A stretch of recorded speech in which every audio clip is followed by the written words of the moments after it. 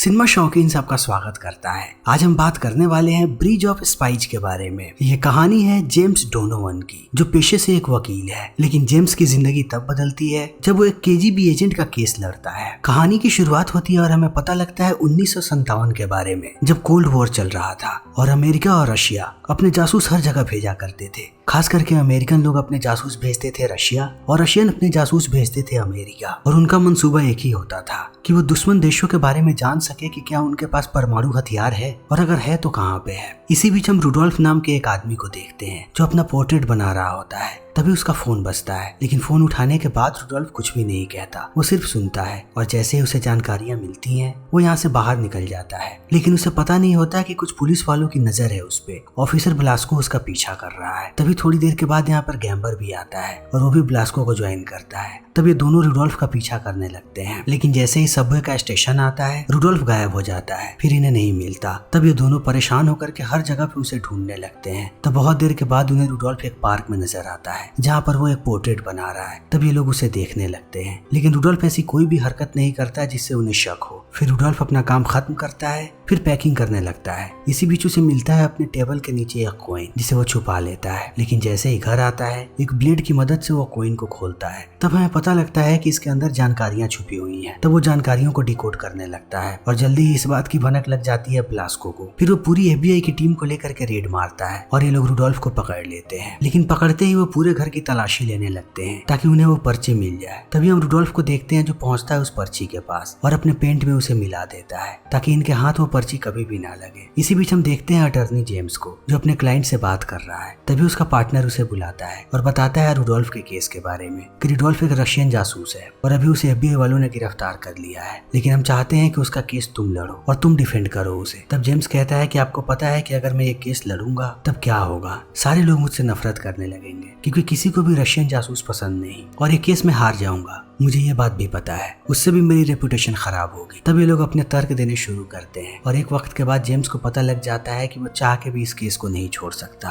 अब चाहे अंजाम जो भी हो उसे केस लड़ना पड़ेगा। फिर वो अपनी तैयारी शुरू कर देता है और अपने असिस्टेंट को कहता है कि जितनी जानकारियां हो सके रुडोल्फ के बारे में इकट्ठा करो। जेम्स के असिस्टेंट का नाम है फोस्टर। फिर फोस्टर कहता है कि आज मेरी डेट है, मुझे वहां पर जाना है, लेकिन जेम्स कहता है कि तुम वहां नहीं जा सकते, तुम्हें पहले काम को पूरा करना है। तब फॉरेस्टर भी मान जाता है, लेकिन जैसे ही जेम्स घर पे डिनर करने जाता है उसकी पत्नी उस पर बहुत ही ज्यादा नाराज होती है। जेम्स की पत्नी का नाम है मैरी और जेम्स के 3 बच्चे हैं, और किसी को भी ये बात पसंद नहीं है कि जेम्स एक रशियन जासूस का केस लड़ रहा है। उन्हें पता है कि सारे लोग नफरत करने लगेंगे जेम्स से। तब जेम्स अपनी पत्नी को समझाता है कि अगर कोई भी उसका केस नहीं लड़ेगा तब उसकी सच्चाई दुनिया के सामने नहीं आएगी और सबको फेयर ट्रायल तो मिलना ही चाहिए, इसीलिए मैं उसकी मदद कर रहा हूँ। मैं पूरी सच्चाई और ईमानदारी के साथ उसका केस लड़ूंगा, फिर जो भी हो मुझे इस बात से कोई फर्क नहीं पड़ता। तभी यहाँ पर फॉरेस्टर आ जाता है अपनी पूरी रिसर्च लेकर के, और इन्हें पढ़ने के बाद अगले दिन जेम्स पहुंचता है रुडोल्फ के पास। लेकिन रुडोल्फ जेम्स से कहता है मैंने कुछ भी गलत नहीं किया है, मेरे नाम पे एक भी क्राइम दर्ज नहीं है, इसीलिए तुम लोग चाह के भी मेरा कुछ नहीं बिगाड़ सकते। तब जेम्स उसे कहता है कि अमेरिकी गवर्नमेंट के साथ कोऑपरेट करो, तुम्हें इससे फायदा होगा, तुम्हें कम से कम सजा दी जाएगी। लेकिन रुडोल्फ मना कर देता है। तब जेम्स उसे समझाता है कि पूरा अमेरिका गुस्से में है, वो रशियन जासूसों से नफरत करते हैं, सबसे ज्यादा आक्रोश आम लोगों में है क्योंकि बहुत सारे अमेरिकन मारे गए हैं तुम लोगों की वजह से, और तुम चाह के भी इस बात को नहीं छुपा सकते कि तुम एक केजीबी के जासूस हो। इसीलिए भलाई इसी में है कि तुम मुझे पूरी सच्चाई बताओ, मैं तुम्हारा वकील हूँ, अगर तुम्हें सरकार के साथ कोऑपरेट नहीं करना मत करो, लेकिन मुझे पूरी सच्चाई बताओ, तभी मैं तुम्हारी जान बचा पाऊंगा। तब रुडोल्फ भी इस बारे में सोचने लगता है। इसी बीच हम फ्रांसिस नाम के एक पायलट को देखते हैं जिसपे CIA के कुछ एजेंट्स लाई डिटेक्टर टेस्ट कर रहे हैं, और एक के बाद एक सवाल वैसे ही पूछते जाते हैं। ज्यादातर सवाल रशिया के बारे में होते हैं। फिर जैसे ही इनका टेस्ट खत्म होता है हम यहाँ पर कुछ और लोगों को देखते हैं, ये सारे पायलट्स हैं। फिर CIA का एक एजेंट बताता है कि हम तुम लोगों को CIA में भर्ती करना चाहते हैं, तुम्हारा काम यही है कि तुम रशिया के खिलाफ जासूसी करोगे और उनकी सारी जानकारियां हमें ला करके दोगे कि वो कौन कौन से परमाणु हथियार पे काम कर रहे हैं। तभी जेम्स जाकर के मिलता है यहाँ के जज से और उसे पूरी बात बताता है कि चाहे रुडोल्फ जो भी हो उसे भी वो सारे हक मिलने चाहिए, और मैं चाहता हूँ कि एक फेयर ट्रायल हो ताकि हमें पता लग सके कि उसने क्या किया है। तब जज कहता है कि हम चाहे जितनी भी कोशिश कर लें ये ट्रायल कभी भी फेयर नहीं होगा, क्योंकि सबको ये बात पता लग चुकी है कि रुडोल्फ एक रशियन जासूस है, इसीलिए मुसीबत बहुत बड़ी है। तब इन बातों को सुनने के बाद जेम्स भी यहाँ से निकल जाता है, लेकिन जल्दी हॉफमैन नाम का एक CIA एजेंट उसे पकड़ता है और जेम्स को कहता है कि तुम्हें रुडोल्फ ने क्या बताया है, मुझे वो सारी जानकारी चाहिए। तब जेम्स कहता है कि मैं ऐसा नहीं कर सकता, ये मेरी और मेरे क्लाइंट के बीच की बात है, मैं वो जानकारियां किसी के साथ भी साझा नहीं करना चाहता। तब हॉफमैन डराने लगता है जेम्स को, लेकिन जेम्स किसी की बातों में नहीं आने वाला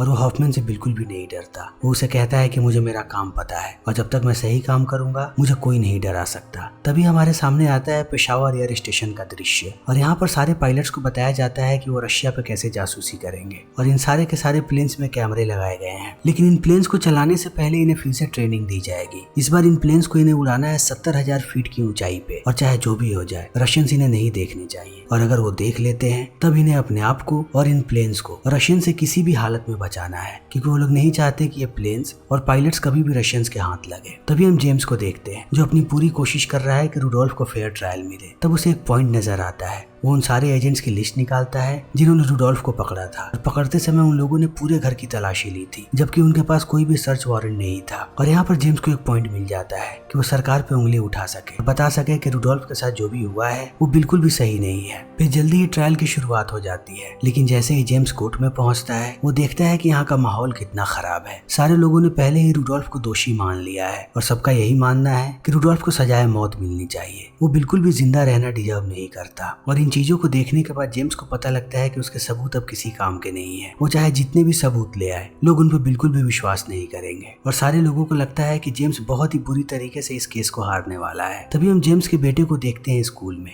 जिसे एक वीडियो दिखाई जा रही है। इस वीडियो में बताया जा रहा है कि अगर परमाणु हमला हो तब आपको अपनी जान कैसे बचानी चाहिए। और इन चीजों को देखने के बाद छोटा बच्चा डर जाता है। फिर वो घर पे आता है और आते ही तैयारी करने लगता है कि अगर कभी भी परमाणु हमला हो तो वो कैसे अपनी जान बचाएगा। फिर जैसे ही जेम्स इन चीजों को देखता है वो भी सोच में पड़ जाता है कि वो क्यों एक जासूस की मदद कर रहा है जिसका एक ही मकसद था कि वो परमाणु हथियार के पास जाए। फिर आए दिन जेम्स को बहुत सारे ताने सुनने को मिलते हैं, क्योंकि हर जगह न्यूज़पेपर में उसकी तस्वीर आ चुकी है और सारे लोगों को ये बात पता लग चुका है कि जेम्स एक रशियन जासूस का केस लड़ रहा है। इसीलिए जेम्स जहाँ भी जाता है लोग उसे बड़े ही अजीब तरीके से देखते हैं और ये ट्रायल ऐसे ही चलते जाता है। फिर थोड़े दिनों के बाद जज अपना फैसला सुनाता है कि रुडोल्फ को हर चीज में दोषी पाया गया है, इसीलिए उसे सजाए मौत की सजा सुनाई जाएगी। तब इस बात को सुनने के बाद सारे लोग खुश हो जाते हैं, लेकिन जेम्स रुडोल्फ से बात करता है और कहता है कि अभी फाइनल वर्डिक्ट आना बाकी है, तुम चिंता मत करो, तुम्हें मौत की सजा नहीं मिलेगी। लेकिन रुडोल्फ को इन बातों से कोई फर्क नहीं पड़ता, वो बहुत ही शांत है। तब जेम्स जाकर के मिलता है जज से और कहता है कि अगर रुडोल्फ को सजाए मौत दिया गया तब इसमें किसी का कोई फायदा नहीं होगा। हमारा फायदा तभी है जब हम रुडोल्फ को जिंदा छोड़े और उसे जरूरी जानकारियां निकलवाएं। इसलिए मैं चाहता हूँ कि आप इस बारे में सोचें।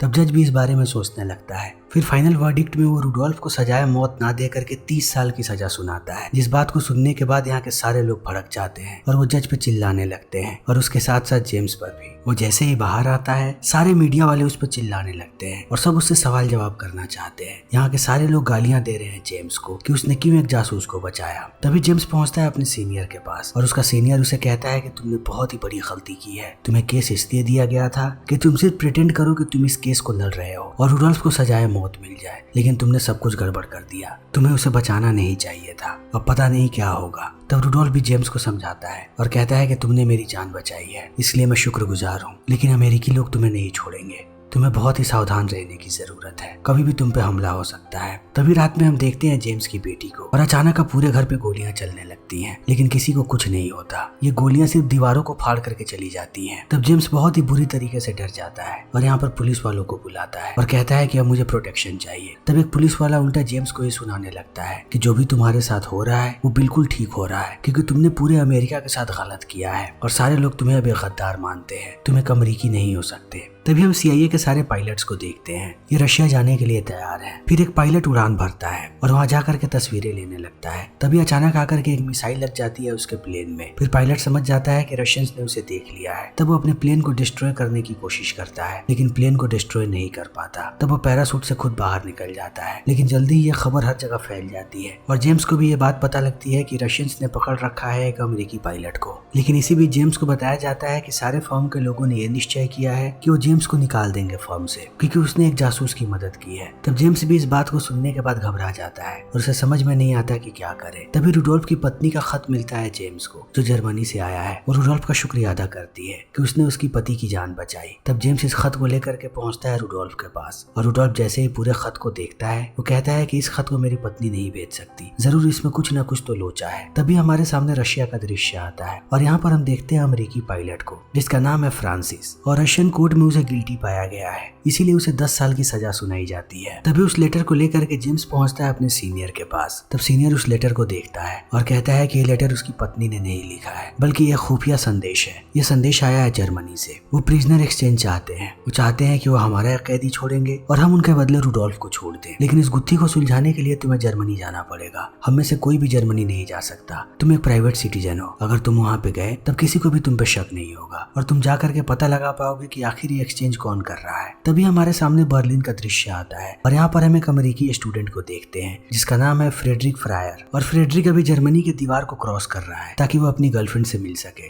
लेकिन वो जैसे ही अपनी गर्लफ्रेंड से मिल करके आता है, पुलिस वाले उसे पकड़ लेते हैं और पूछताछ शुरू कर देते हैं। लेकिन फ्रेडरिक उन्हें बार बार कहता है कि वो बस एक स्टूडेंट है। इसी बीच इनके बीच नोक झोंक शुरू हो जाती है। तब पुलिस वाले उसे पीटते हैं और अरेस्ट कर लेते हैं। तभी जेम्स आ जाता है बर्लिन। उसके साथ CIA एजेंट्स भी हैं जो अपनी सारी शर्तें बताते हैं, बदले में उन्हें कौन सा कैदी चाहिए। इसी बीच इन्हें पता लगता है फ्रेडरिक के बारे में। तब जेम्स कहता है कि मैं फ्रेडरिक को भी छुड़ाना चाहता हूँ। तब सारे लोग कहते हैं कि तुम ऐसा नहीं करोगे, हम जिसे चाहते हैं तुम सिर्फ उसी को छुड़ाओगे। और इतना कहने के बाद वो उसे ले जा करके मोटेल में छोड़ देते हैं जहाँ पे बहुत ही ज्यादा ठंड होती है। फिर अगले दिन जेम्स बड़े ही आसानी के साथ ईस्ट बर्लिन के दीवारों को क्रॉस कर लेता है क्योंकि वो एक अमेरिकी सिपाही है और अभी अभी यहाँ के दीवार बनने शुरू हुए हैं। फिर जेम्स ऐसे ही आगे बढ़ना शुरू करता है। तभी कुछ गुंडे उसे पकड़ लेते हैं और उसका कोट छीन लेते हैं, लेकिन वो जेम्स को जिंदा रहने देते हैं। तब जेम्स जा करके पहुंचता है एक वकील के पास, जिस वकील का नाम लिखा था उस लेटर में। उसका नाम है वोगल। फिर वो वोगल से इस बारे में बात करने लगता है। तभी वोगल कहता है कि रुडोल्फ का पूरा परिवार यहाँ पे आया हुआ है और वो सारे लोग शुक्रिया अदा करने लगते हैं जेम्स का। तभी इनकी बातों से जेम्स को आभास हो जाता है कि ये लोग रुडोल्फ की फैमिली नहीं है, ये सारे लोग बस नाटक कर रहे हैं।